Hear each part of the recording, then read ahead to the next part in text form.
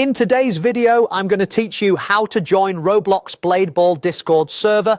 By the end, you'll be connected to the official community where you can catch announcements, updates, and those handy codes the developers share.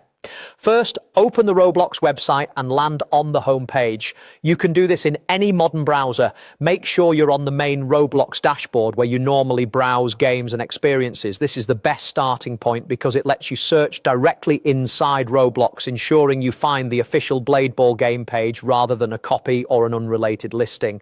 Next, click on the search bar at the top of the Roblox page. It's usually centered near the header. This search is built for games and creators, so it's the quickest way to reach the right place without digging through menus. Type Bladeball into the search bar and confirm the search. You'll see a list of results. Look for the Bladeball experience with the recognizable thumbnail and a large player count. That's the official one.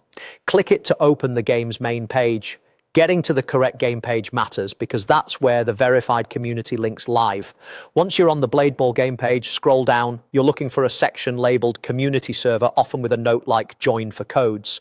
On desktop, you might find it in the right-hand panel. On mobile or smaller screens, it can appear further down the page. If it's not visible right away, keep scrolling or briefly refresh the page to let the panels load. When you see the community server card, that's your gateway to the Discord. Click the community server card and you'll land on a page that says you've been invited to join. This is the Discord invite screen. Click to continue.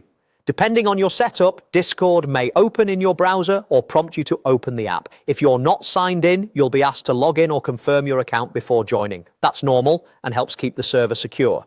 You might also see a quick verification step or rules screen. Just follow the on-screen prompts to finish joining. If the invite looks expired or the page doesn't load, refresh and try again later from the game page.